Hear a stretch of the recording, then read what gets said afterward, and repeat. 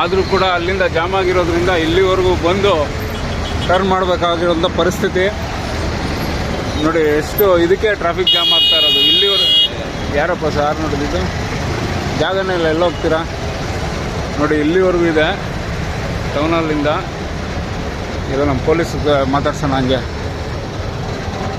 ನೋಡಿ. ಯಾವುದೂ ಮೂವ್ಮೆಂಟ್ ಆಗೋಲ್ಲ, ಆ ಕಡೆನೂ ಮೂವ್ಮೆಂಟ್ ಆಗೋಲ್ಲ, ಈ ಕಡೆನೂ ಮೂವ್ಮೆಂಟ್ ಆಗೋಲ್ಲ ನೋಡಿ. ಪಾಪ ಬಸ್ಸು ಇಲ್ಲಿವರೆಗೂ ಬಂದಿದೆ. ಸರ್ ಇಲ್ಲ ಹಾಕೊಳ್ಳಿ, ತಿರ್ಸ್ಕೊಂಡು. Thank you. ಅವ್ರು ಇದಾಗುತ್ತೆ. ಬರುತ್ತೆ, ಬನ್ನಿ ಬನ್ನಿ, ಇನ್ನೂ ಬನ್ನಿ ಬನ್ನಿ. ಪಾಸ್ ಆಯ್ತು ಬನ್ನಿ ನೋಡಿ. ಏನು ಸರ್ ಇವತ್ತು ನಿಮ್ಮ ಕೆಲಸ ಮಾಡಿದ್ದೀನಿ ನಾನು. ಏನು ಮಾಡ್ತೀರಾ ಪಾಪ ಈ ಥರ ಟ್ರಾಫಿಕ್?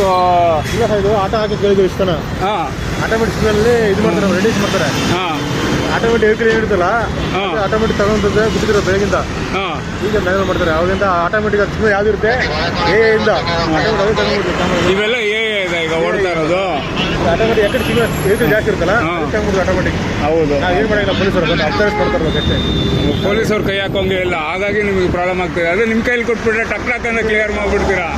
ಆಕ್ಸಿಡೆಂಟ್ ನಾವು ಅಟೆಂಡ್ ಮಾಡೋದು ಇಲ್ಲ, ನಾನು ನೋಡಿದೆ, ನಾನು ಕ್ಲಿಯರ್ ಮಾಡುವ ಪಾಪ ನೀವು ಇಳಿದು ಬಂದು ಮಾಡಿದ್ರಿ ಪಾಪ ನೋಡಿ. ಈಗ ಆಟೋಮೆಟಿಕ್ ಹಂಗೆ. ಎಲ್ಲಿ ನಮ್ಮ ಐಷಾ ಮೇಡಮ್ ಎಲ್ಲಿ ಸ್ಟೇಷನಲ್ಲಿ ಇದ್ದಾರೆ